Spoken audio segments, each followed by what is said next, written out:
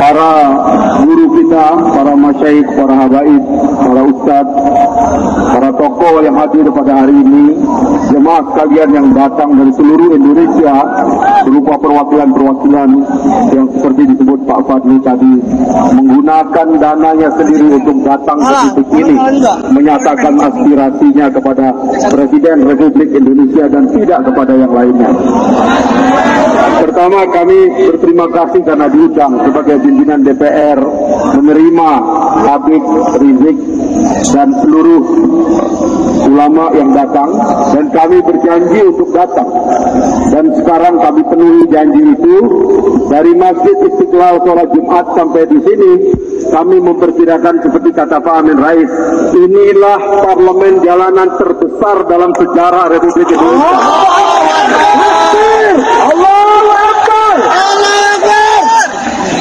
Kami dengan Pak Fadli memimpin parlemen ruangan, tapi yang dipimpin oleh para ulama, tokoh-tokoh umat ini adalah parlemen jalanan.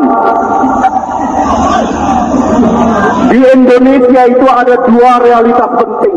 Yang pertama yang kita sebut sebagai umat. Inilah umat Islam, usianya lebih tua daripada negara. Mereka lah yang datang dengan korbannya, dengan jubahnya, mengusir penjajah dari bumi Indonesia. Lalu tiba-tiba sekarang korban dan jubahnya mau dihina. Bukankah Pangeran Diponegoro, Tengku Imam Bonjol berjuang membebaskan negara ini dengan jubah? Umatlah yang berjuang mengusir penjajah dengan takbir, seperti yang dilakukan oleh Bung Tomo.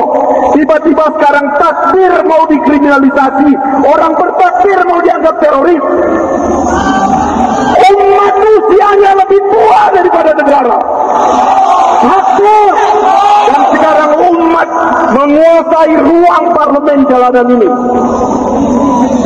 Saudara Presiden Jokowi telah melanggar berkali-kali.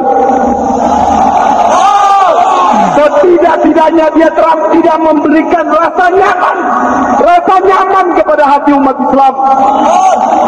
Menghina ulama, mencaci maki simbol-simbol Islam, membiarkan orang yang non-muslim menghina simbol-simbol agama kita. Ini tindakan yang memberikan rasa tidak nyaman kepada umat, dan sekarang kalau umat itu bangkit adalah wajar dan benar adanya. Oleh sebab itu tadi sudah dikatakan oleh Pak Fadli, Presiden juga melanggar hukum.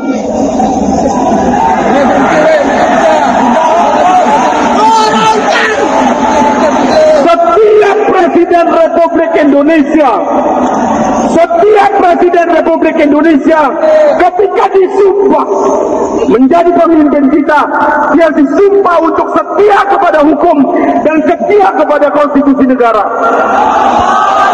Pasal 27 Undang-Undang Dasar 45, segala warga negara bersamaan kedudukannya di depan hukum dan pemerintahan, dan wajib menjunjung tinggi hukum dan pemerintahan itu dengan tanpa ada kecualinya.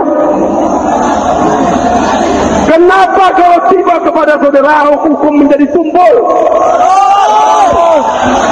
Jelas dia menerima uang sebagai gubernur incumbent. Jelas dia membuang aset sumber waras. Ada temuan kerugian negara oleh BPK.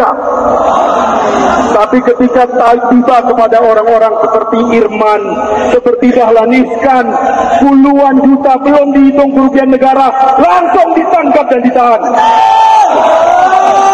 Perasaan tidak nyaman ini sekarang terusik, dan kita kalau mau memutuskan bagaimana cara menjatuhkan presiden, ada dua caranya.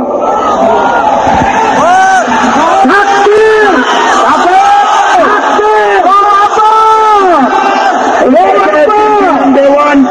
sebagai pimpinan dewan, saya akan memberitahu cara yang legal.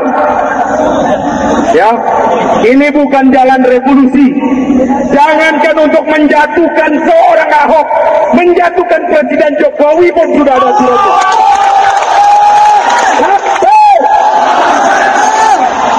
Seorang presiden dia terbukti melanggar konstitusi, dia langsung bisa kita galang hak menyatakan pendapat bahwa presiden telah melakukan tindakan tercela, melanggar konstitusi. Maka dengan tanggapan hak menyatakan pendapat itu, seorang presiden bisa dijatuhkan melalui sidang impeachment di Mahkamah Konstitusi. Itu jalur parlemen ruangan.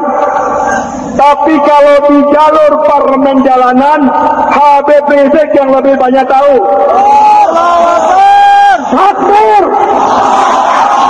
Tetapi parlemen jalanan dan parlemen ruangan adalah dua ruang yang tersambung.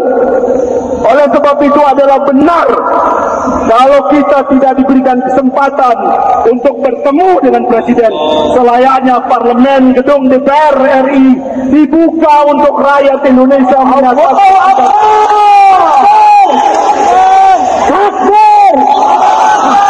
Tidak ada yang salah dalam hal ini.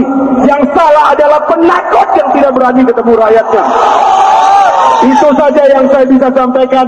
Mudah-mudahan hari ini adalah keberkahan bagi bangsa Indonesia. Hari yang baik di antara hari-hari baik umat Islam. Semoga jayalah bangsa kita, jayalah umat kita, sehingga kita bisa membantu umat-umat kita di tempat lain. Wabillahi taufiq wal hidayah. Assalamualaikum warahmatullahi wabarakatuh.